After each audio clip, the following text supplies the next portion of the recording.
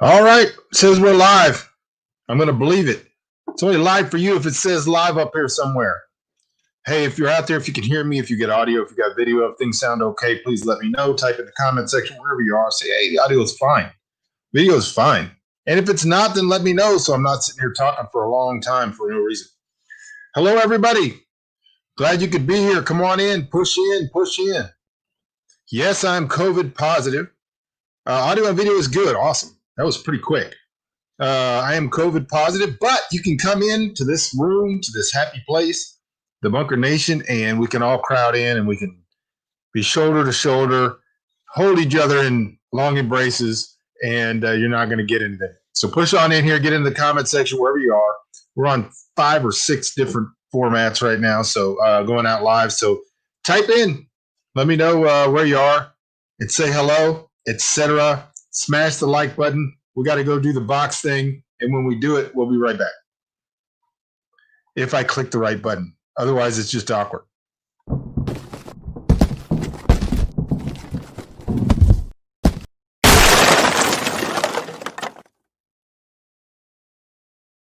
All right, greetings to everybody. My name is Michael Bunker. Welcome to the Bunker Nation. I'm going to be your host for the evening. I'm glad you could be here. I hope you all brought questions and comments and things you want to talk about, that you shoveled them into your bag and brought them into the room, and at some point you're going to unveil them for us in the comment section so that we don't just sit here talking to each other with nothing to say. Hello, Wardogheim from the blue skies of Montana. Havis here from Miami. Terry's here from somewhere in Texas. Scott Glenn in Texas too. Pat's here from Montana. All right. You guys come on in, say hi, all that kind of stuff. If you got questions, it doesn't matter. Don't wait for the right time. Don't wait for a pause. Just type them in, because who knows? I may not even have brought anything. In fact, I really didn't much. I just wanted to kind of re-update everybody on what's going on. We're on day 5 of, for me, having the COVID. Middle George is here. All right. Good to see you, Chuck. Come on in, say hi, everybody. Type in where you are, world chit chat, etc.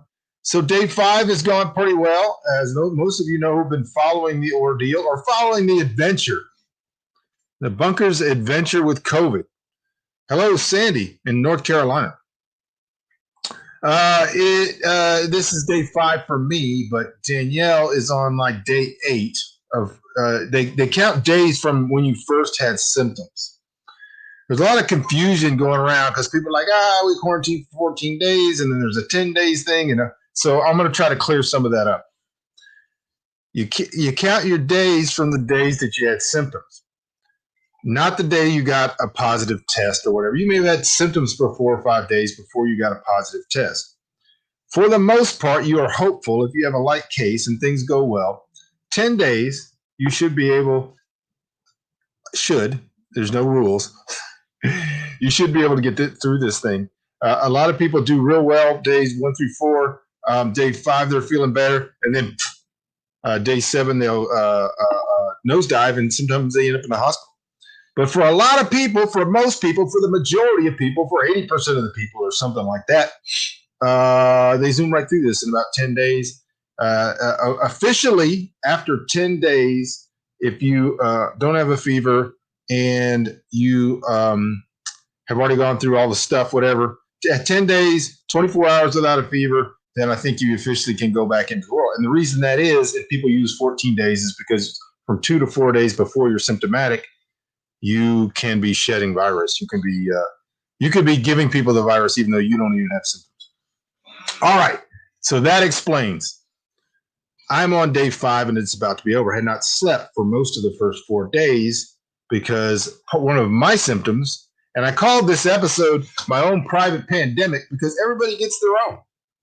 When you get it, it's different for you. It's going to be, there are things that a lot of people have in common, and there's things that they don't.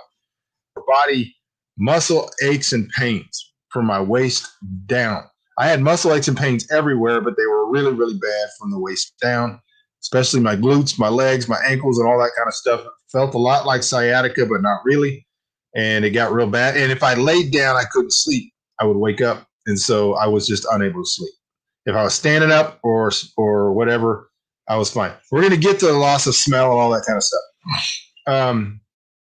And aches and pains are a common sign, a symptom of COVID, as well as the fact that people get it in different places because we all have inflammation. We have different places that react different.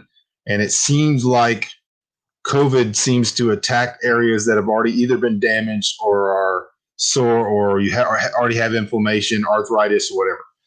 Mine primarily was in my lower body. I didn't get a lot of the upper body stuff. I didn't get a lot of the congestion. Had a very, very light, dry cough, etc. All right, so that's different.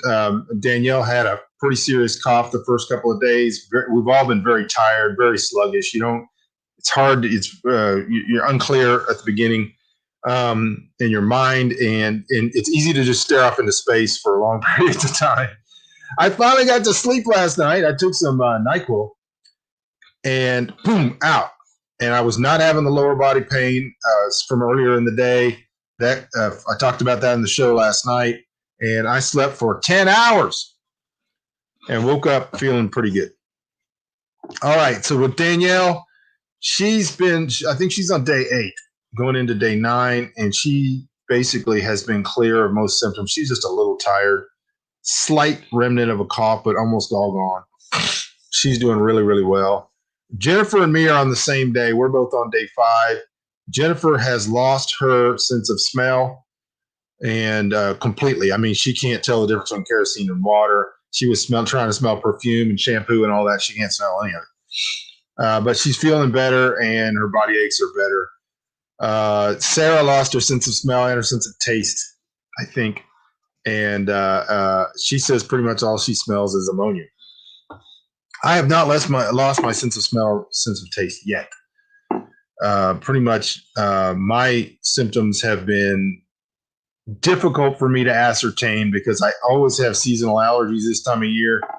And so I wear a mask outside on the farm just because there's so much seed. There's about a 2-month period here where the cedar is so bad that I'm miserable every year. So anyways, I want everybody to know that's kind of the update. Lord willing, I don't know what's going to happen. I don't know. And Lord willing, we're all going to get through this weekend, get into next week. Hopefully by Wednesday, we're all clear. We're all clear. That's our prayer and our hope. I have no idea, but we'll find out. We're just going through it, relying on the Lord, and that is it. So if you could have one on-grid thing while fighting COVID, what would it be? I don't know what the question means. One on-grid thing? You mean like a stove? Oh, well, I think I get the question. If I could have something that I don't have, that's an on-grid thing. Let me think about that. What on-grid thing would I have? For those of you who don't know, if you're new to the program, I live completely off-grid up at the cottage. Down here at my office, I have a very limited amount of power provided by solar that's providing these lights, internet, and battery, but I got about an hour here that I can do this show, and that's about it. Other than that, we live completely off-grid. We can charge cell phones and all that down here, but that's about it. So what he's asking is if I could, for this time period when I have COVID, if I could instantly be on grid, I would have a hot shower. That's what I would have. An on-demand, Western, industrial, stand-up, proper shower. Just for the time for COVID, that would be great. Because even if I want to take a cold one or a hot one or whatever, I could do. I don't think we would do refrigeration. It wouldn't do any good for us. And freezer, I don't know. The rest of it seems to be, everything seems to be okay. All right, if anybody else has any questions or comments, put them in the comments section. But I did want to kind of give you that that little bit of an update. Also, touching on yesterday's program, I almost, and I'm thinking about doing it tomorrow or the next day if I have power.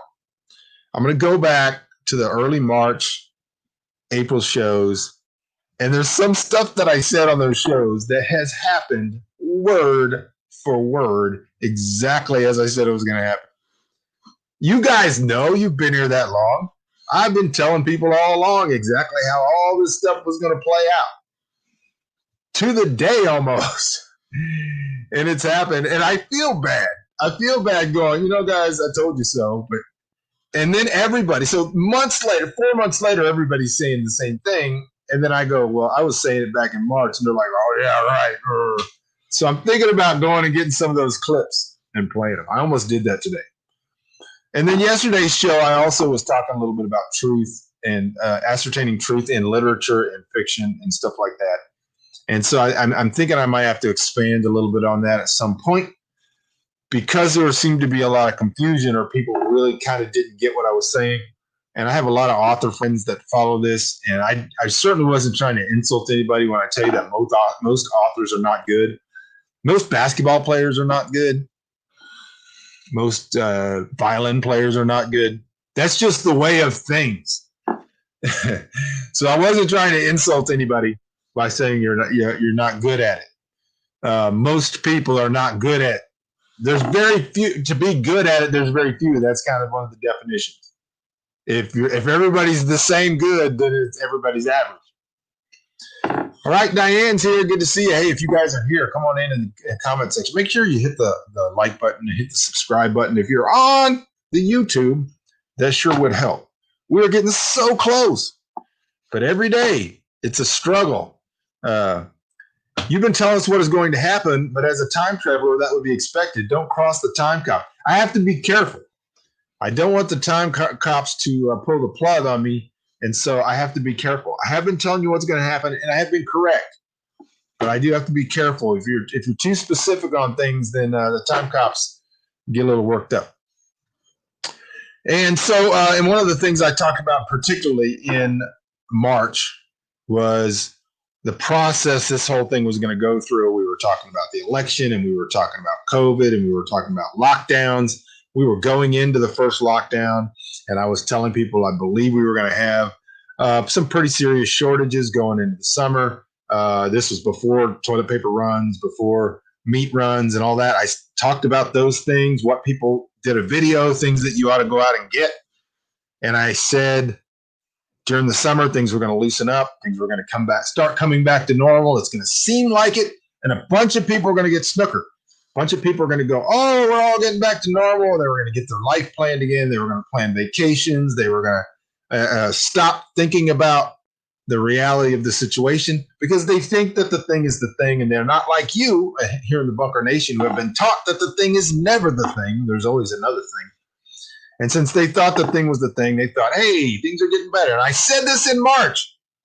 I said, people are going to start thinking things are getting back to normal, and then we're going to start seeing some interruptions. Election's going to happen. Most likely, there's going to be some question about the election. We could have some violence, political violence. We could have a lot of different things. And then the COVID thing's going to hit again. And they're going to start shutting things down again. And we're going to start having shortages again. And it's going to be worse than the first time. All of that stuff. And this was long before other people were saying it. And it's exactly what happened. And so now I'm getting messages from people, and they're like, hey, going into the stores, they don't have this and they don't have that. It's going to get worse before it gets better.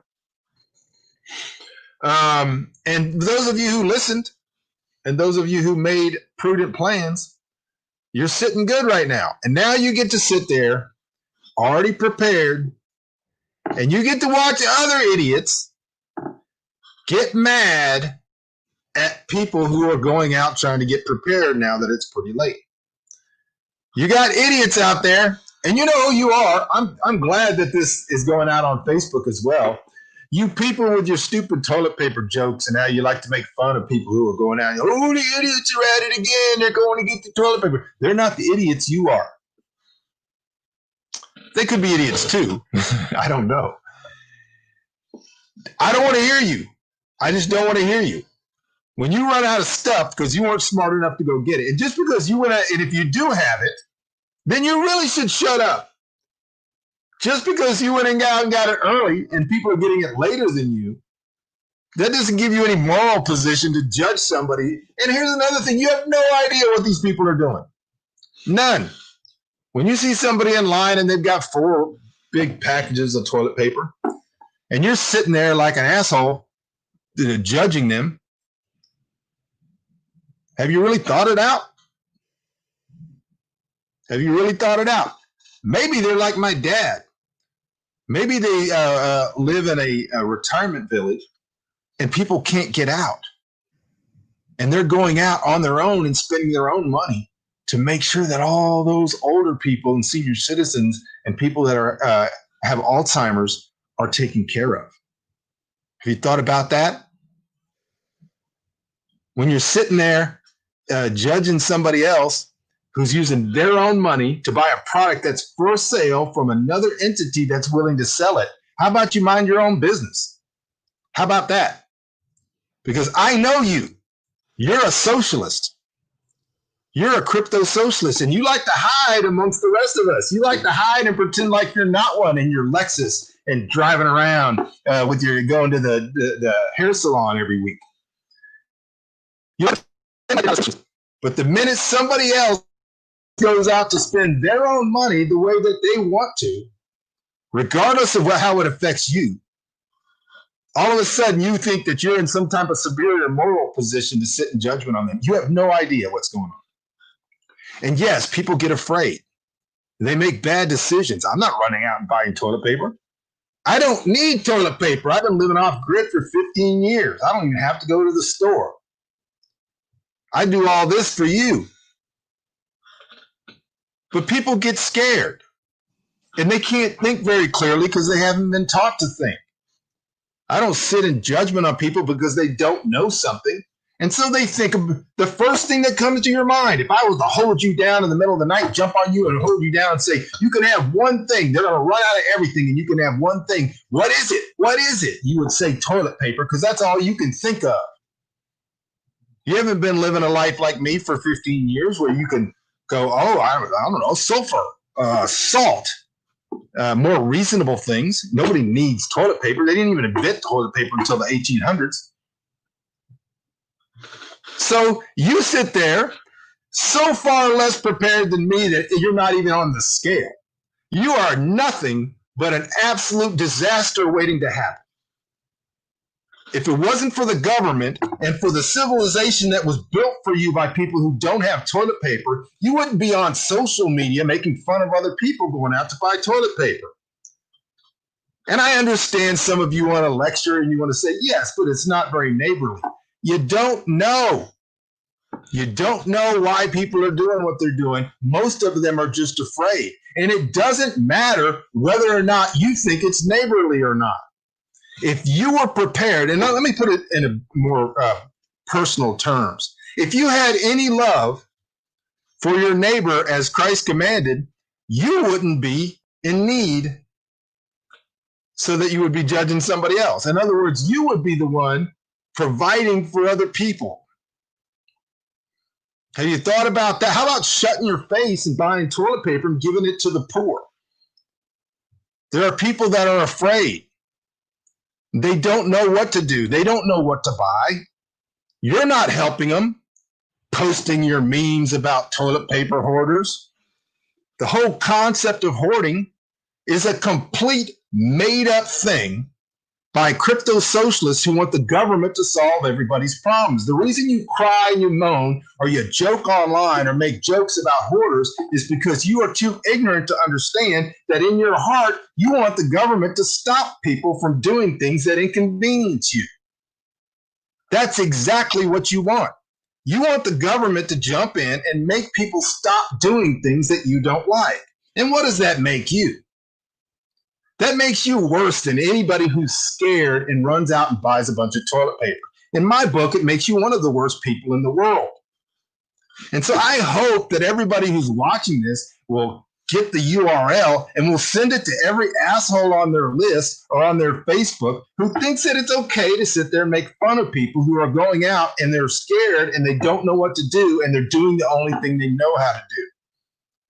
Have a little compassion, or better yet, love your neighbor, be prepared, having been prepared for a long period of time and not at the last minute, so that when things happen and those same people are scared and need someone to be stable and someone to help them and give them good advice, you can do that instead of posting memes. How about that? I just get so sick of pompous, empty, unsustainable people who literally are plugged into a wall, 24/7, looking down on other people and saying, I know I'm floating in a river of shit in a boat that leaks, but I reached out and picked up this little piece. This little piece of shit makes me laugh. I want to make fun of it. Sorry. From where I'm sitting, you're in the same boat, buddy. And it just really, really irritates me. And it's generally people who, like I said, are crypto socialists. They hide amongst us. They're with us and prayers for your COVID and all this kind of stuff. But the second they don't get what they want, or the second things aren't going their way, they see the government as the solution to every problem. Whereas for me, I would like for us to be the solution.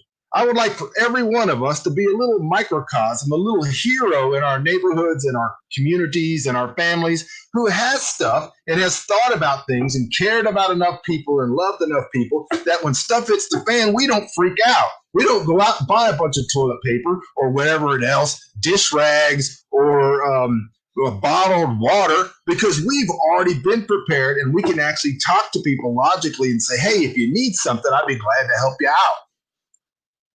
When this first started going down and there were lockdowns all over the country, I was on private message. You guys maybe not know. Some of you do because you probably heard from me.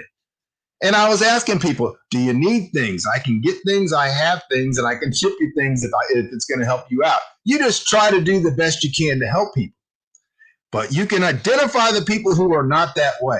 You can identify the golden horde of thieves and looters who have not yet decided to do it yet. So you have your looters right now who are out looting because of their politics, because their politicians aren't stealing enough for them, and they want their politicians to go get them more stuff. And so those people go out and loot, and we expect that. The other looters are your neighbors who have a Mercedes-Benz and they got a really nice house, and they go to the hairdresser all the time, and they are always like flying their Trump flags and all that. But the minute things don't go their way, they're going to be in your yard with a gun trying to take your toilet paper, because it's not fair. It's not fair that other people have toilet paper and we don't have any. And yes, we had 6 months to prepare just like anybody else. And yes, somebody was telling us all along, hey, now's a good time when the stores are full to just go buy one package every time you go in there until you have a par that's good enough to get you through some rough time. But you didn't listen because you're so fat and stupid over so many years of apathy and doing well that you think everything is automatic. You think civilization is as natural as a tree. A tree grows up. It's just like civilization. It just exists. But it doesn't. Civilizations collapse. They crash all the time. Bad things happen. Millions of people die all the time. Doesn't take COVID or anything else like that. And so instead of thinking about things and being caring and thinking about your world around you and going, who can I take care of? Who can I help? Who can I be a stable force for?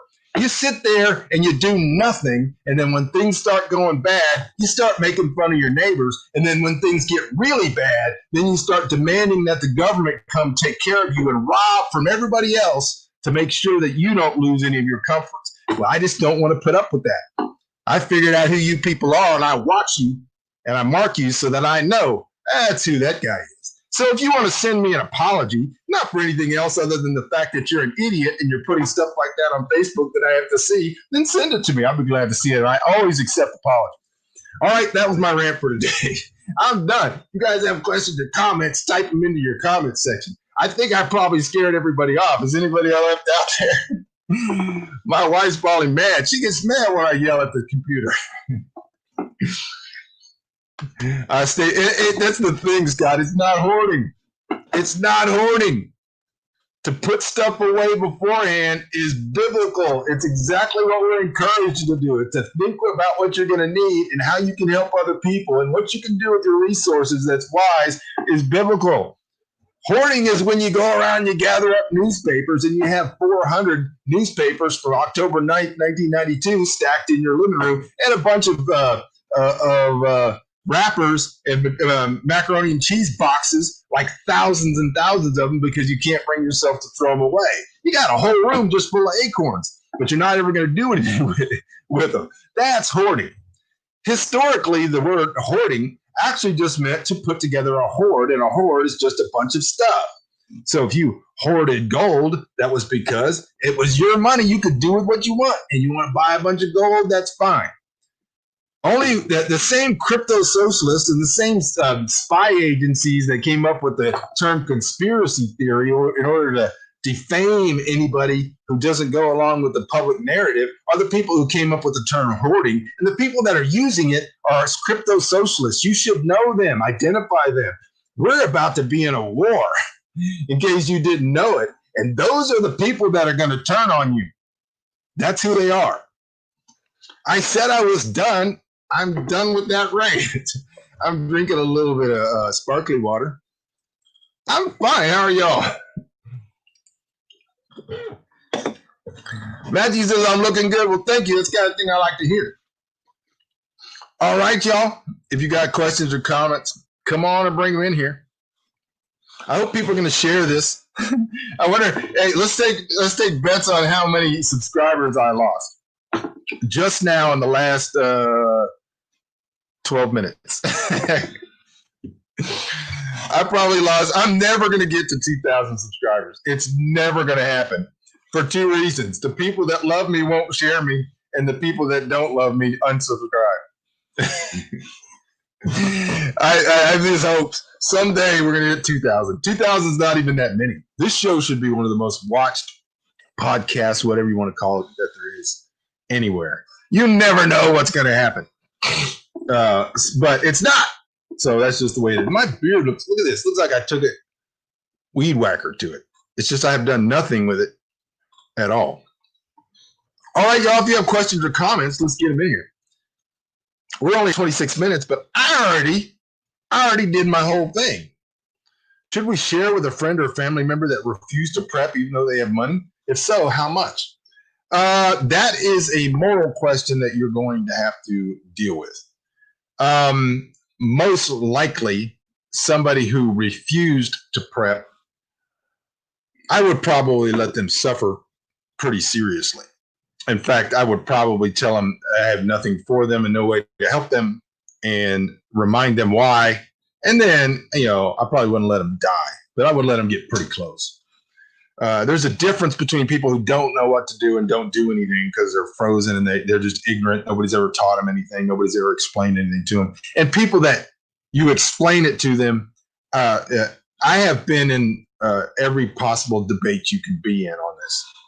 I can prove it biblically. I can prove it morally. I can prove it philosophically. And that the people who won't prepare because they think that shows a lack of faith live in a lack of faith in every area of their life. Every area of their life. They're biblically ignorant and they don't know anything, but they just don't prepare because they're scared and they're cowards. And so they use spiritual superiority, kind of a spiritual pedantism to look down on you because you're doing exactly what the scriptures encourage us to do. And so I don't really have much patience for those people. Once they've created an apologetic for stupidity and for laziness and for reliance only on the government, I know for a fact when things get tough, what that person's going to do. Every movie you've ever watched, every post-apocalyptic film, every end of days film, whatever, you got those cowards who are turning everybody in, who are going down there and talking to the Gestapo, trying to get cigarettes or something and turning in their neighbors. That's who they are. However spiritual they try to act, that's who they are.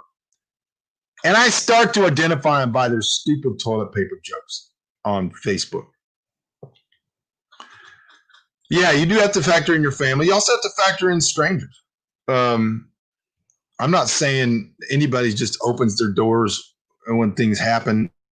You have to be intelligent and you have to manage what God's given you. But you also want to provide for strangers. For this reason, some have entertained angels unawares. Joseph had Egypt hoard grain, and so they had it when it was needed. That's right. And he didn't care if a bunch of mental midgets, a bunch of Muppets with the IQs of a stump sat around making jokes about Joseph over there hoarding corn. Don't care. But now I know who you are. You showed me. It's not due to lack of faith. They don't want to prep because it's inconvenient and ruins their decor. That's also a lack of faith. Yeah, that's just we've gone through it all for as far as the ceteris paribus fallacy, the confirmation bias, and all that kind of stuff. Um, there's nothing you can do for those people if it's going to ruin their decor to prepare. They are going to be the people who are going to turn people in. They're going to do whatever the government says, and they're going to be screaming and crying and whining. It's not fair. In March, whenever we had the first toilet paper shortage, I watched people on my Facebook feed. I watched them melt down. And, they are the most righteously indignant. The people who did nothing, who thought about nobody else but their decor, they did nothing. They are the most righteously indignant. When they have to go, my neighbor has a child and she can't get diapers and she can't get baby wipes and there's no baby wipes in the store. Like society, civilization, the world didn't live without baby wipes for so many centuries. But they are righteously indignant, and they're sitting there going, these people, they're so selfish. You're the selfish one, and I can prove it. I can prove it. You're selfish. You sat there and you continue to consume and to shovel stuff into your face and to do everything that your carnal man wanted you to do, and you never once thought about the future. That's because you're selfish. You didn't think about anybody else. You didn't even think about your children. All you thought about was your decor. Or whatever it is, fill in the blank, whatever their stupid reason is for not preparing. All right. You guys have questions or comments, just type them into the comment section. Make sure you hit the like button over on YouTube's if you can. Hey, everybody, after this show is over, if you would, hang around on YouTube for like 10 minutes. Then pull up this video again, hit the refresh button, and then go down and leave a comment. Especially could use some subscribes because I probably lost a bunch of subscribers today. I didn't plan on doing a yelling match about hoarding, but it's for you people out there that perhaps somebody who loves you sent you this video. Perhaps you're one of those idiots that thinks it's funny. It's so funny to get on Facebook and make fun of people going out and buying toilet paper. I'm making fun of you because I'm way more prepared than you because I don't need toilet paper. I just think that what you ought to do is, instead of spending your time being stupid, spend some of your resources and go out there and prepare yourself so that you can take care of other people. Perhaps look like a hoarder. Go into Costco and get 10 big packages if they let you buy them. If they don't, that's fine too, because I'm all for the free market. But if they let you buy 10 big packages, get some and give them away, you asshole. Or have them ready when your neighbors need them. Perhaps you know some people at an old folks home or a nursing home or something like that. People are going to need stuff possibly. I'm sorry for my language, Danielle, if you're watching this. I apologize. I'm not supposed to say bad words. I'm trying to do better. Ceteris paribus. That's right.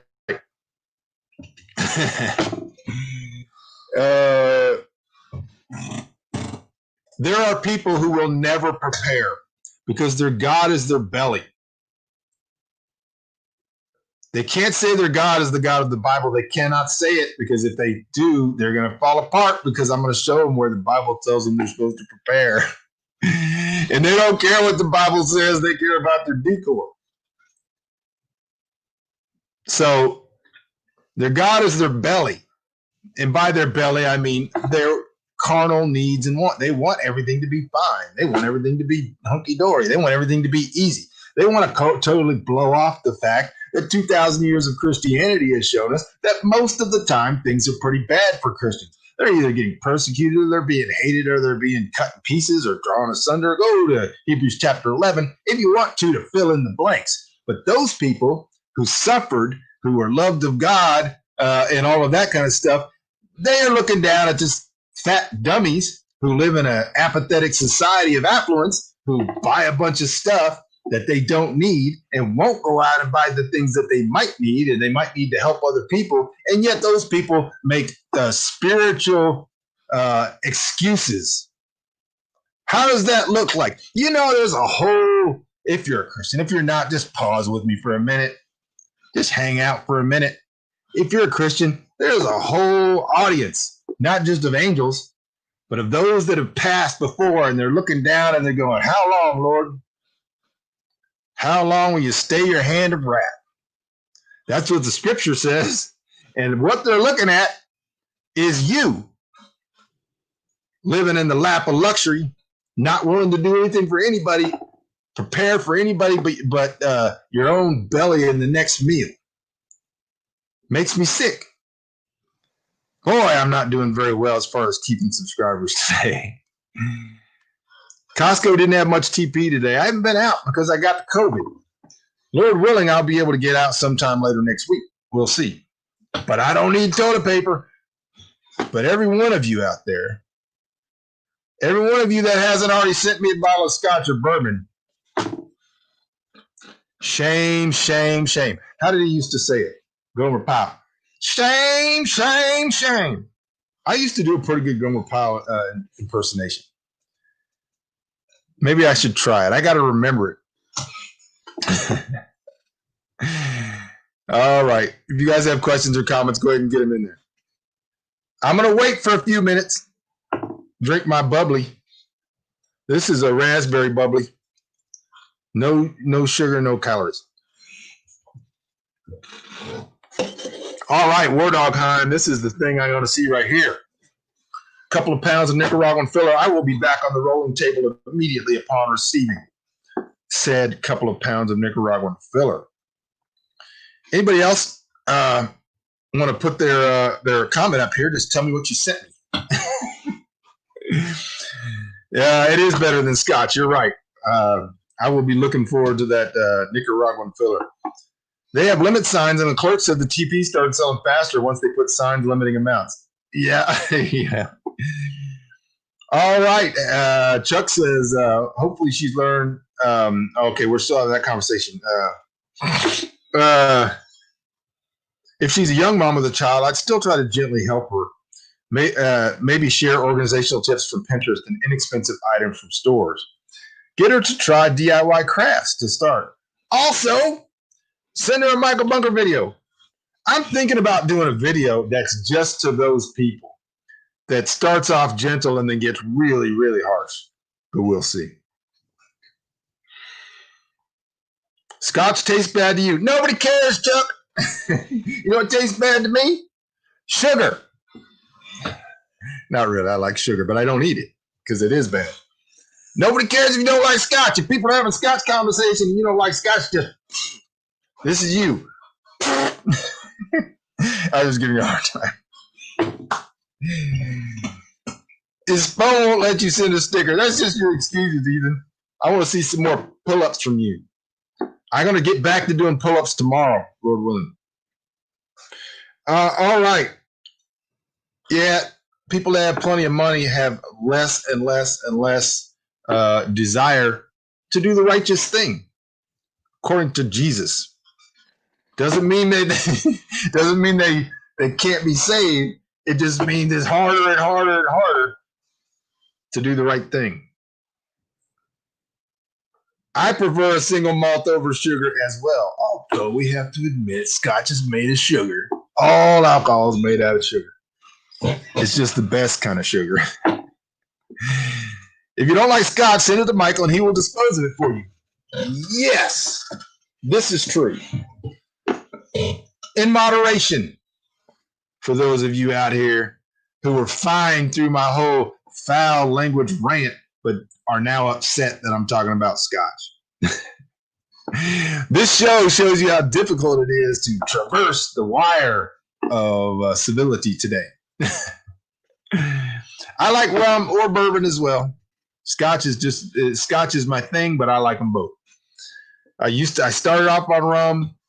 I used to never drink bourbon except in Coke. I still won't drink bourbon generally unless it's in Coke. I like scotch if I'm going to just sip something. And if I'm going to like have a sweet drink, I'll put bourbon in it. I like red wine, like white wine, like grape wine, I like non-grape wine. You flat out hoarding scotch. Scott, help me out. I can't leave the house. I'm not allowed to leave the house. I'm stuck here. I got the COVIDs. You got to send me some of that. Every one of you, your tax, one bottle of scotch or bourbon. Imperial cane sugar, Dr. Pepper. Hey, we got it. We got it. My daughter and my wife love it. Raspberry vodka, I'd love it. Send it on. I'm going to give you all this here. Hold on just a second. Just in case any of you are serious, get your pen and paper out. I receive packages. Make sure they're very, very well wrapped, insulated, etc. That's how you find me. Hava's not hoarding any alcohol because she's not a hoarder. Scotch requires hazardous shipping insurance. If you tell them, not telling you not to, just saying if you tell them. Wrap it really, really good. Put like thick 14 wraps of bubble wrap around it. All right, anybody else have any questions or comments? We're at 41 minutes. I would love to hear from you.